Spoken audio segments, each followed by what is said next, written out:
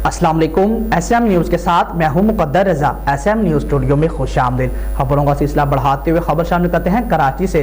SSP Malir Syed Irfan Ali बहादुर की हदायत पर SHO कायदाबाद ने जुराइम पेशा अनासर के खिलाफ कार्रवाइयों का सिलसिला जारी रखते हुए पुलिस पार्टी के हमरा कामयाब कार्रवाई करते हुए बैनुल सूबाई मंशियात डीलर को गिरफ्तार कर लिया गया है। इस हवाले से मज़ीद तफसीलात बता रहे हैं SM न्यूज़ के bureau chief Zulfiqar Ali.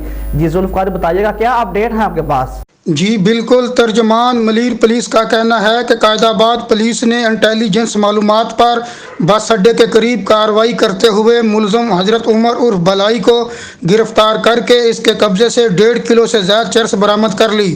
SHO Qaidabad अमीन खोसा का कहना है कि गिरफ्तार मुलजम हजरत उमर उर्फ बलाई बलोचिस्तान से मंशियात लाकर कराची में फ़रोख्त करता था। उन्होंने कहना है कि गिरफ्तार मुलजम पेशावर मुजरम है और मतअद्दिद बार गिरफ्तार होकर जेल जा चुका है।